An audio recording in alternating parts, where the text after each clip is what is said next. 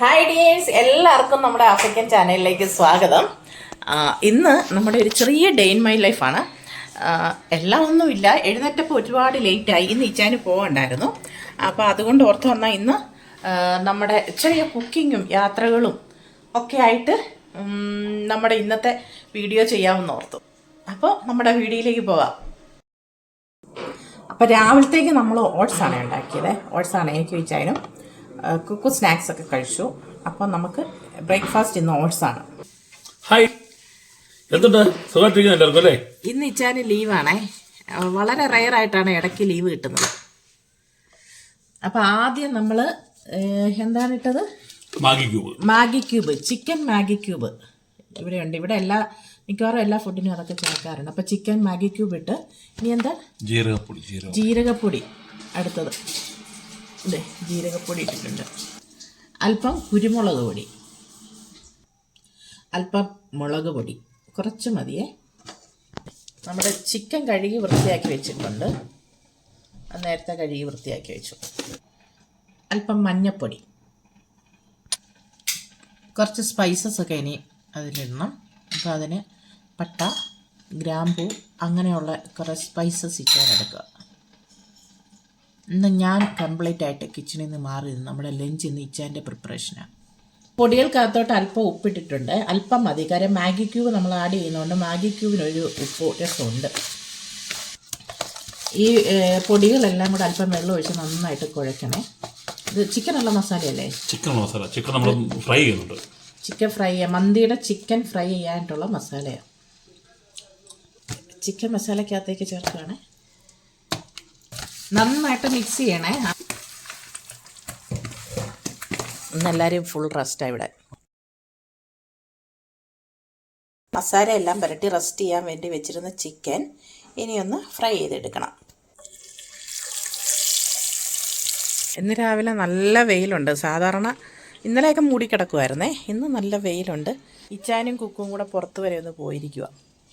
അത്യാവശ്യം നമ്മുടെ ചെടിയെല്ലാം നല്ല രീതിയിൽ ആയി വന്നിട്ടുണ്ട്. ഇതെല്ലാം ഒന്ന് റീപോർട്ട് ചെയ്യാൻ ടൈമായി. ഇത് നല്ല ഭംഗിക്ക് വളർന്നു നിൽപ്പുണ്ട്. റീപോർട്ട് ചെയ്യാൻ ടൈമായി.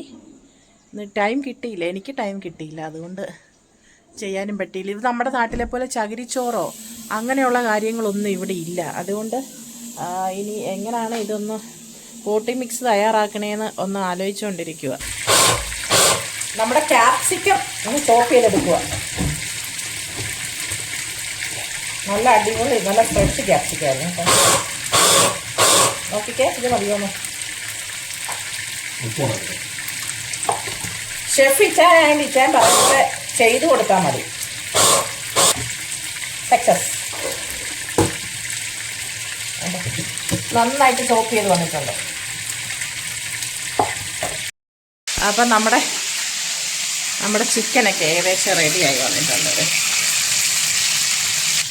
നമ്മുടെ റൈസ് റെഡിയാക്കാനുള്ള കാര്യങ്ങളൊക്കെ ചെയ്തുകൊണ്ടിരിക്കുന്നത് ഇച്ചേ.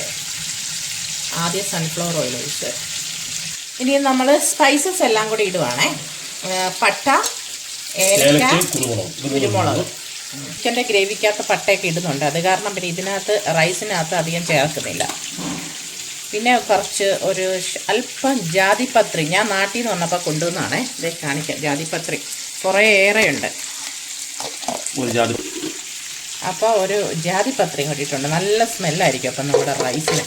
ഇപ്പോൾ 1.5 കപ്പ് അരിയാണ് നമ്മൾ യൂസ് ചെയ്യുന്നത്. അപ്പോൾ അതിന് 3 കപ്പ് വെള്ളം. അപ്പോൾ ആദ്യത്തെ ട്രിപ്പ് ഇച്ചാൻ വെള്ളം ഒഴിച്ചു. ഞാനത് വീഡിയോ എടുക്കാൻ വിട്ടുപോയി. ഇത് രണ്ടാമത്തെ. അതൊഴിച്ച് ഇനി വെള്ളം നന്നായിട്ടൊന്ന് തിളയ്ക്കുന്നത് വരെ നമുക്ക് വെയിറ്റ് ചെയ്യാം. മന്തി റെഡിയാക്കാൻ വെച്ചിരിക്കുന്നതിലേക്ക് ഒരു മാഗി ക്യൂബും കൂടി ഇടും കേട്ടോ. നമ്മുടെ മാഗി ക്യൂബിന് അല്പം ഉപ്പുണ്ടല്ലോ, അതുകൊണ്ട് അപ്പോൾ ഉപ്പ് കുറച്ചായിരിക്കും നമ്മൾ റൈസിനിടുന്നത്. ഇനി ആവശ്യമെങ്കിൽ നമുക്ക് ലാസ്റ്റ് ഇടാം കേട്ടോ. ഇത് കണ്ടോ, നമ്മുടെ ചിപ്സിൻ്റെ ഒരു ബോട്ടിൽ ഏകദേശം തീരാറായി. ചിപ്സ് നല്ല ചിപ്സായിരുന്നേ, നല്ല അടിപൊളി ചിപ്സായിരുന്നു. അതുകൊണ്ട് ഒരു ബോട്ടിൽ വേഗം തീർന്നു. ഇനി ഒരു വലിയ ബോട്ടിലും കൂടി ഇരിപ്പുണ്ട്. നമ്മുടെ ദമ്മ റെഡിയായിട്ടുണ്ട്. നമ്മൾ ഉച്ചയ്ക്ക് കഴിക്കാൻ വേണ്ടി എടുക്കുക. ഞാനും വെച്ചാലും കഴിക്കുവാണേ. കുക്ക് കളിക്കാൻ പോയി. അപ്പോൾ നമ്മുടെ മന്തി റെഡി ആയിട്ടുണ്ട്.